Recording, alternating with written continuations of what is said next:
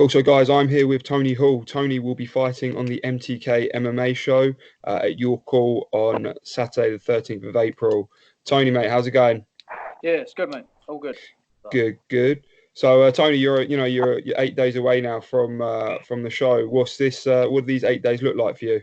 A little bit boring, to be honest. Just getting the weight down, really. I'm at that point now where I just want to fight. The training's done. I'm not going to learn anything new now. I'm fit. I'm just ready to go. So fair enough, mate. So you're fighting a bantamweight. So how close do you like to stay close to the 135-pound limit just when you're training? When I'm training, I'll get down to about 66, 67. Try and maintain that, and then cut the rest from there, really. But sort of, if I don't have a fight coming up, I'll get up to about 70, 71. So I'm never too far out. Nice. So when you're getting up to 71, is that through indulgence, or is it just trying to gain some sort of muscle and then cut it down? I like to say it's muscle, but it's mostly pizza. It's cuddly muscle. I think that's what it's called, yeah? Yeah, as much cuddly muscle as I can have. No, that's good, mate. Well, you can't stay at that weight forever. You got to build up on that strength. So, going on from that, in terms of strength and conditioning, in the off season, when does that sort of well, I imagine the condition never stops, but is there sort of a certain cut off of strength training where you're now focused heavily on the weight cut? Yeah. Well, I've got a guy who sort of looks after my strength and conditioning, Mike Melford. Yeah, we do like a lot of explosive stuff, plyometrics, that sort of stuff. And then last sort of 2-3 weeks, we're toning it down a little bit, lower the weight, etc., and go for more reps, stuff like that. So you're still cutting weight with the high reps, lower weight. Yeah. No, perfect, mate.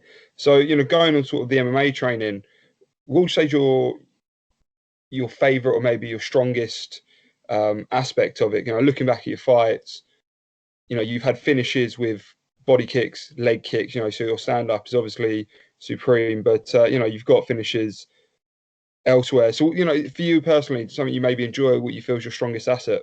Probably my boxing, to be honest. I've got 3 finishes with kicks. I don't know how. I've got fucking terrible kicks. You look at the technique, it's awful. It's just good timing, I suppose. Good timing and bit of power especially for the weight class. I think 61 kilo fighters. I think I hit pretty hard for a 61 kilo guy. That's it, man.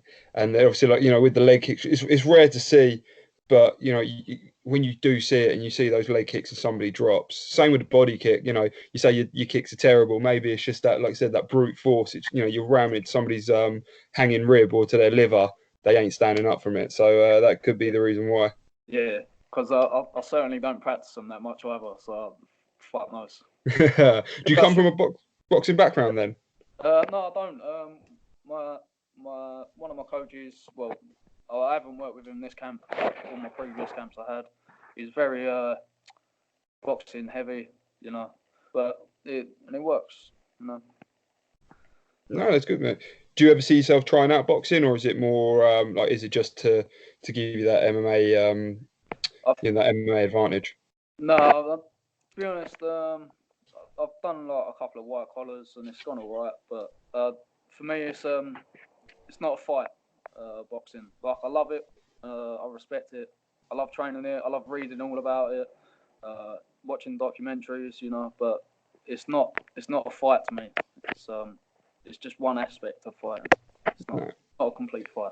Well, there you go, mate. That's why the MMA is coming in. So you're looking at your opponent. You're fighting Mike Hales, sort of 5-1. What do you know about him, if anything? He's quite good looking. He is a good looking guy. I'll give him that. I've noticed that. Yeah, he's called the Pretty Boy as well. So he's got a good nickname. Lives up to it. Yeah. But no, he got an original nickname, yeah. Yeah, but no, he's alright. His record is good on paper, but you put me in against the guys that he's fought, I'd have 5 more wins on my record as well. 6. Yeah. Fair enough. He's looking good. You can see he's a hard worker, but in terms of volume of your fights, So, you know, going through sort of Tapology, it's never fully up to date. So from my understanding is you fought 3 times in 2017, 2 times in 2018, and this is your first fight of the year. Is that right? Yeah, that's it, mate. Cool. So you like to stay busy. So what sort of, do you have a plan in line of how many times you ideally like to fight this year? No, not really. I mean, I always sort of say, 4 or 5 in January, but then, you know, life gets in the way and stuff. And stuff happens, fight injuries, you know. I was meant to fight in February earlier this year, but I had to pull out. Nothing too serious, but I had to, you know, stuff happens, plans, you know, you can't, especially in this sport, I don't think you can make too many plans because something always happens, you know, and a lot of it's out of your control as well. Yeah, but that's it, mate. You know, when I was reaching out to some of the boys fighting on this card, you know, they're letting me know sort of yesterday, that they're not going to be fighting because of pullouts and injuries and stuff like that. You know, it's just part of the game. So that's fair enough, mate. What you know, you fought on MTK MMA 1. What was it like working on an MTK show? Obviously, MTK are really known for their boxing side of it. And you said you're a fan of boxing. Have you been to any of their boxing shows? No, I haven't. I've got one of my friends has just signed professionally with them. Well, a former training partner. I say former. He used to fight MMA, but now he's moving over to professional boxing. Right. Draper. So yeah, I know a little bit about MTK, but no, the MTK MMA, it was good. They paid really well, to be fair. Like a lot of other shows, to be honest. Which is always a bonus. Fair on the ticket deals and stuff like that. But you know, they looked after us, especially at the weigh-ins. There was a spread of food. Don't get that on a lot of shows. Yeah, no complaints. No complaints. Good, man. That's a random question. What's your favourite sort of, as soon as you've weighed in, what is your go-to food? Do you always have a set meal? Do you have a nutrition gives you that, or is it just what you feel? No, normally I have fucked it off once or twice, but I normally just eat what I've been eating throughout camp, you know, to not upset my stomach or anything like that. You know, it's hard enough on your body as it is without, you know, eating clean for 8 weeks and then stuffing your face full of shit straight after, you know, sweating out a couple of kilos. So No, that's it. I remember watching Mike Dolce, or listening to Mike Dolce on the Joe Rogan podcast, and he said he'd have people, you know, top athletes weigh in at the UFC and then go eat some pasta, but like, you know, pasta with sauce and stuff like that, and it would absolutely kill them. It's like, what is the point of doing all the hard work you've just put in? Like you said, what is the point?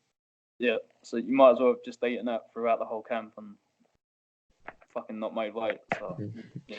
What about post fight? What's the go to there? Is it pizza? Pizza, yeah, pizza and McDonald's. Well, you're going to be in a good place. You know, you're cool. There's plenty of places around there.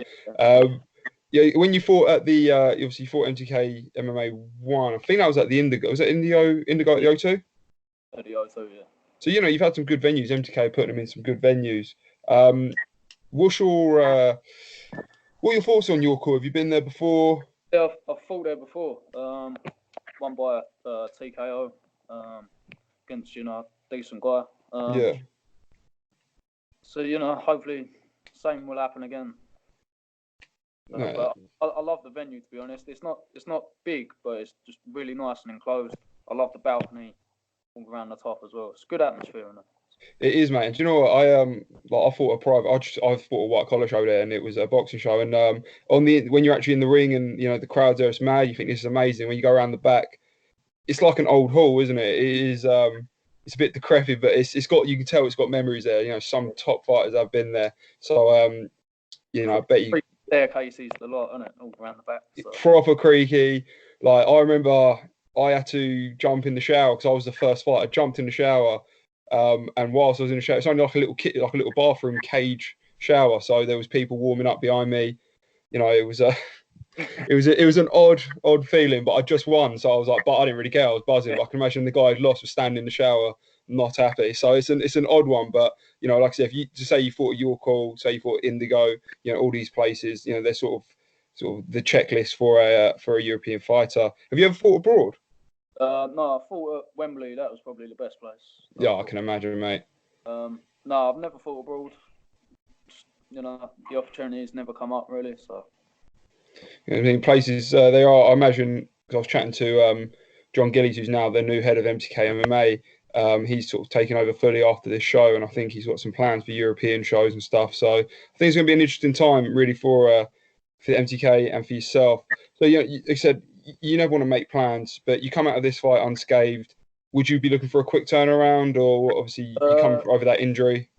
Yeah, reasonably. I don't know. Like I say, I don't want to make any plans, but see what's about, see what's happening after. That's all you can do, I think. Mate, completely agree. With sort of going back to your opponent, Mike Hales, where do you think he believes he's stronger than you? I think he's gonna be willing to stand with me. To be honest, he's more of a striker than he is a grappler, same as me. Probably varies his kicks a little bit more than I do, but he hasn't finished anyone. He hasn't finished anyone with leg kicks, though. No, he hasn't. There you go, mate. Well, that's it is really shaping up to be a good show, and I'm looking forward to watching it. So I don't want to keep you for much longer, mate. So what's today looking like for you? What you got on for the rest of the day? The rest of the day, mate. I'm at work at the moment. I still work full time. So. Oh, nice. What'd you do? Painter and decorator. Oh, fair enough, mate. So you got a lot of jobs on, or you get done. Yeah. When do you quit for the week? I'll probably finish Wednesday. Nice, mate. No, are they supportive of you, your business? Yeah. Well, I work like for myself. Well, I'm self-employed. I don't Cool. really have a boss as such. As long as I let people know, that I'm not going to be in or whatever, stuff's cool. So. No, good, mate. Fair play to you. Grinding and still putting it out in the cage. So, absolutely fair play to you, Tony. I'm not going to say I'm not going to keep you much longer, mate. So enjoy the rest of your day, enjoy your weekend, and I'll be seeing you next Saturday. All right, lovely. Thank you, mate. Thanks for. Cheers, pal. See you later. Bye.